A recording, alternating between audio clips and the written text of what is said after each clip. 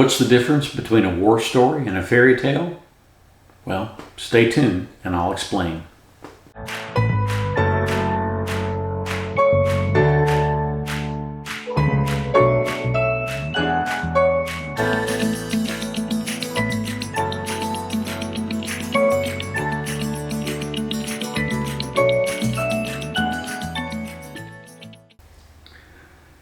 A fairy tale starts off once upon a time.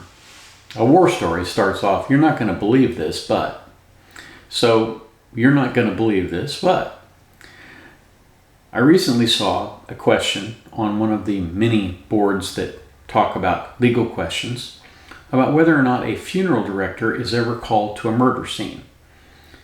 Well, I don't know about the answer to that, but I do know that in at least one instance in my career, a funeral director actually created a murder investigation.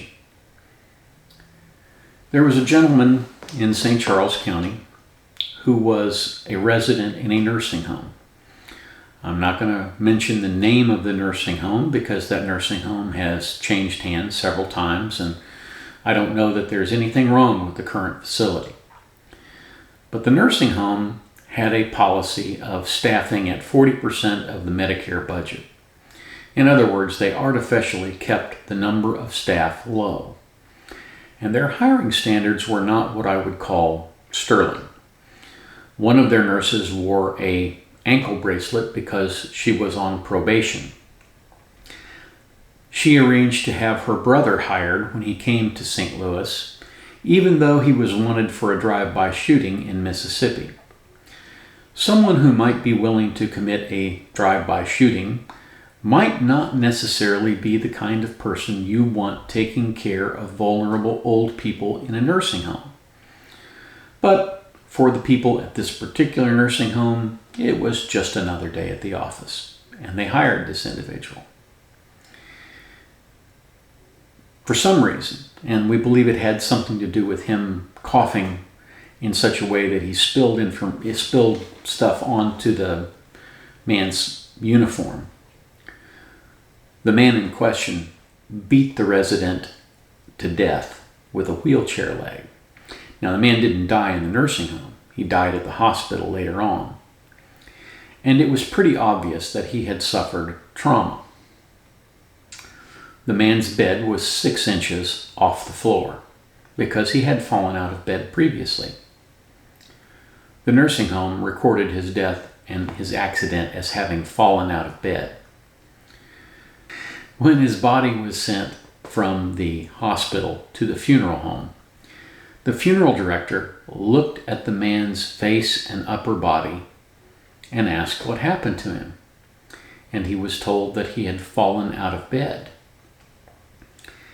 He contacted the medical examiner's office. The medical examiner sent out an investigator, and immediately they started an investigation into what was considered to be a suspicious death.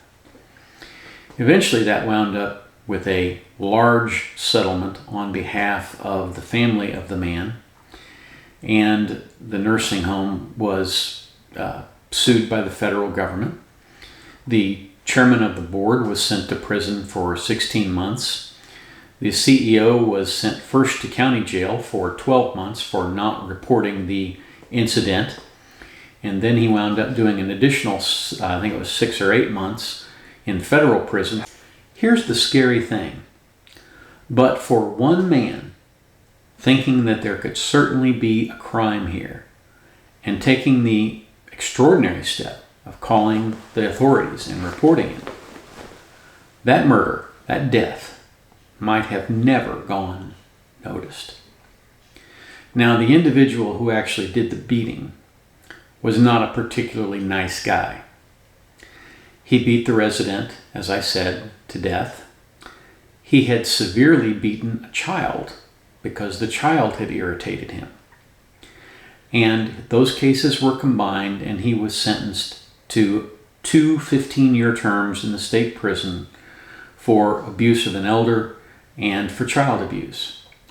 And he will never again be able to work in the healthcare industry, or at least he should never be if people actually do a background check. Oh, and did I mention the nursing home never did a background check on him? Which if they had, they would have found out that he had a warrant. So let me end this video the way I started it. The difference between a war story and a fairy tale, right, is that you're not going to believe this, but I hope you do believe it because it actually happened.